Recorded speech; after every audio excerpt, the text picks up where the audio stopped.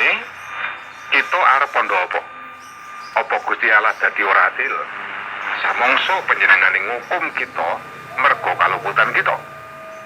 Kandhaku iki manut pikirane manungsa.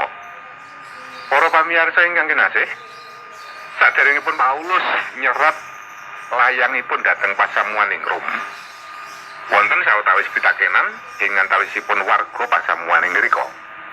Tiang-tiang Kristen ingkang sanes Yahudi nganggep tiang-tiang Yahudi boten gadahi hak mirunggan lan pantes ing ngajenan.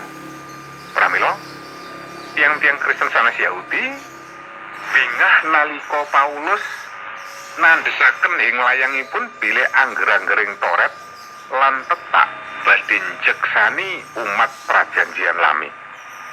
Ing sisih sanesipun tiang-tiang Kristen Yahudi ingkang bangun turut dhateng Toret apitaken bab punjering kayekten lan iman. Tiang-tiang menika boten marem dhateng katranganipun Paulus karena piyambakipun ngremuk hak mirungganipun tiang-tiang menika tumrap angger-anggering Toret lan prajanjian. Paulus pirsa sikep ingkang benten menika saking lelampahanipun mawartosaken Injil lan saderengipun Paulus sampun paring wangsulan lumantar layangipun dhateng pasamuan Rom menika. Piyambakipun nganggep bilih wonten tiyang ingkang matur dhateng piyambakipun. Panjenengan leres Paulus, bilih tiang-tiang Yahudi pancen boten langkung mirunggan tinimbang kula sedaya kanthi mesem. Paulus mangsuli, para sedulur, sampeyan kliru. Merga wong Yahudi isih duwe hak kang mirunggan banget. Iku dudu merga kulit utawa merga kapinteran utawa merga bangsa, nanging kabeh iku mung lebu lan tanah. Hak mirunggane yaiku sabdaning Allah kang kapitayakake marang wong-wong iku. Kasunyatan iku kang bakal dadi rasa bangsa lan tanggung jawabe nganti selawase.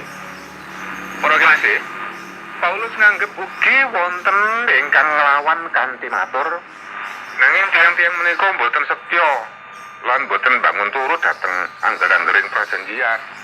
Lan Paulus paring wangsulan kanthi nutuh lan ngandika, apa rumangsamu kaluputane manungsa njalari janji lan kasetyane Allah wulung lan ora kanggo. Allah ora mangu-mangu, ora ngapusi. Pengendikane iku kayekten langgeng lan dadi pondasining jagat raya. Kanugrahane Gusti ing ngarepe kanistaning manungsa iku setya lan langgeng selawase. Menawa Allah ngurungake prajanjian kang lawas merga dosa-dosaning umate, bakal ora ana sambungane karo prajanjian anyar iki. Malahan kita kang ana ing prajanjian kang anyar gawe dosa luwih tinimbang umat prajanjian lawas menawa kabanding kelawan cacahing kanugrahan kang kaparingake marang kita.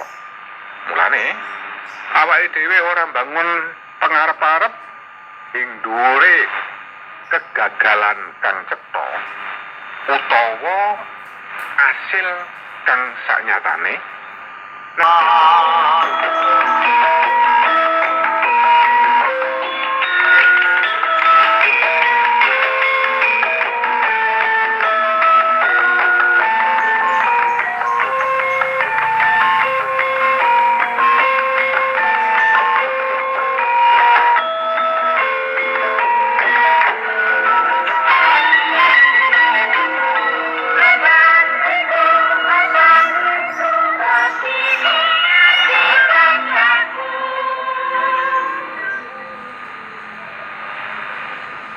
Anda masih bersama kami TWR Agana Guam. Demikian pendengar, tanpa terasa 15 menit sudah kita lewati bersama. Kami berharap acara yang kami sajikan dapat menambah wawasan kita bersama. Dan jangan lupa, nantikan program kesayangan Anda ini dalam pertemuan berikutnya di radio kesayangan Anda, tepat pukul 17.30 waktu Indonesia bagian Barat pada gelombang 25 meter atau pada frekuensi 11.965 kHz. Baiklah pendengar, selamat mengikuti acara berikutnya. Inilah TWR Agana Guam.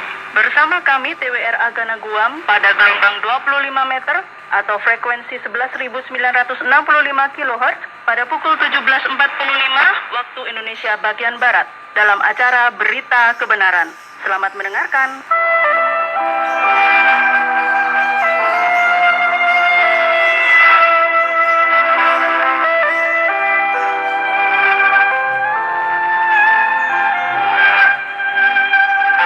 Saudara pendengar, selamat berjumpa lagi dalam acara Berita Kebenaran bersama saya Enggar Obiantoro dari Sekolah Tinggi Teologi Simpson Ungaran. Kita akan belajar bagaimana menjalani kehidupan kita sebagai umat Allah di dalam dunia ini. Dan dalam pertemuan ini kita akan bersama-sama belajar firman Allah dari Injil Matius.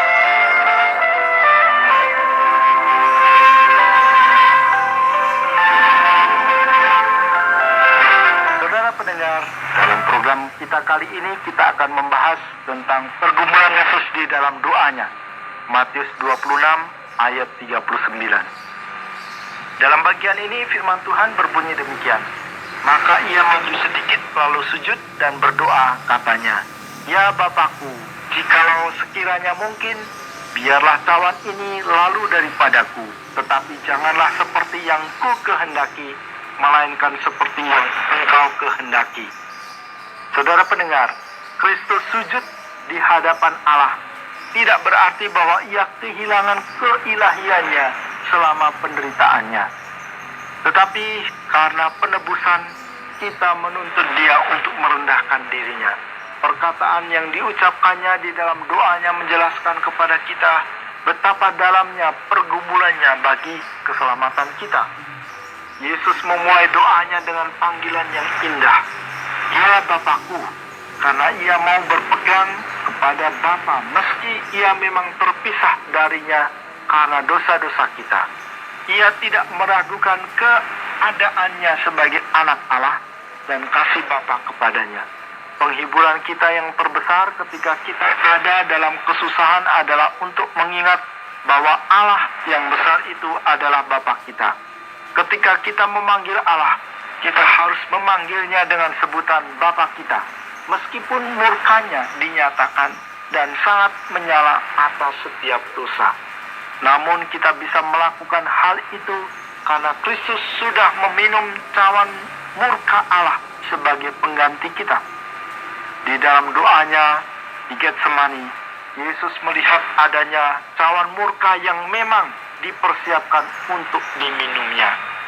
Dalam hakikat manusianya, Kristus ingin agar cawan yang pahit itu berlalu daripadanya dan agar rencana keselamatan Allah itu, kalau mungkin, bisa dilaksanakan tanpa dia harus disalibkan. Namun, sang anak memasrahkan kehendaknya di atas kehendak Bapa dalam segala sesuatu. Dalam pergumulan iman ini, nampak sekali bahwa Yesus adalah manusia sejati, sebagaimana ia adalah Allah sejati. Kehendak Yesus adalah kehendak manusia, tetapi senantiasa disejajarkan dengan kehendak Bapanya. Saudara pendengar, Kristus menjadi sangat sedih dan gelisah berkaitan dengan hakikat kemanusiaannya dan lebih suka untuk tidak harus mati. Lebih lagi, keilahiannya tidak bisa menahan kenyataan bahwa ia ditinggalkan Bapanya. Namun, meski ada penderitaan yang menyakitkan dan mendekati kematian, ia tidak menginginkan sesuatu yang bertentangan dengan kehendak Bapa dalam memenuhi karya penebusan. Ia mengalahkan hakikat manusianya dengan ketaatannya kepada Bapanya. Saudara pendengar, dalam Matius 26 ayat 40 sampai dengan 41 dikisahkan tentang Tuhan Yesus berdoa agar jangan jatuh ke dalam pencobaan.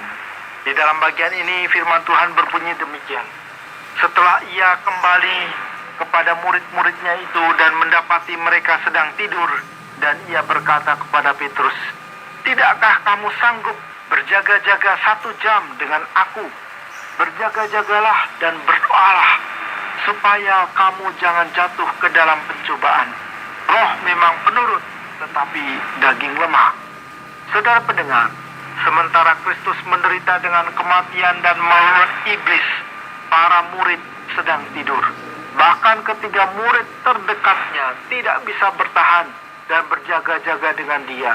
Mereka tidak ikut mendukung Kristus dan tidak menawarkan pelayanan kepada dia yang sedang gelisah itu dalam semangat persaudaraan. Semua murid tersandung dalam masa yang sangat kritis itu. Saudara pendengar, Tuhan Yesus memberikan kepada mereka teguran yang lembut. Dari pengalamannya sendiri, ia menegaskan bahwa daging semua manusia itu lemah, takut dan tidak siap untuk kayu salib. Tidak ada satupun manusia yang bisa melayani Allah tanpa pertolongan Roh Kudus.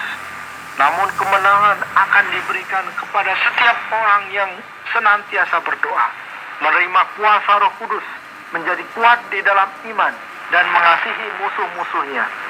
Ingatlah bahwa hakikat kemanusiaan kita sangat cepat berespon terhadap cobaan, dan bacalah kitab suci setiap hari, serta dengarkan khotbah-khotbah yang baik, sehingga Anda tidak harus jatuh ke dalam pencobaan. Jangan tetap ada di dalam keputusasaan, tetapi haruslah percaya dan yakin dengan pengharapan. Mintalah kepada Tuhan yang hidup karunia berdoa untuk diri Anda sendiri dan untuk sahabat-sahabat Allah, karena Bapamu senantiasa menantikan permohonanmu yang didasarkan kasih dan iman. Saudara pendengar, di dalam bagian selanjutnya dikisahkan tentang ketundukan sempurna Yesus kepada kehendak Bapanya. Matius 26 ayat 42 sampai dengan 46.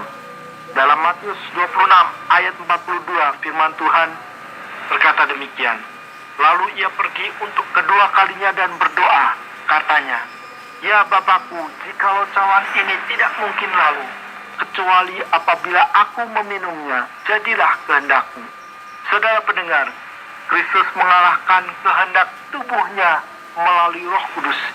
Ia menaikkan doanya yang kedua yang berbeda dengan doa yang pertama, dalam keselarasan yang sempurna dengan kehendak Allah.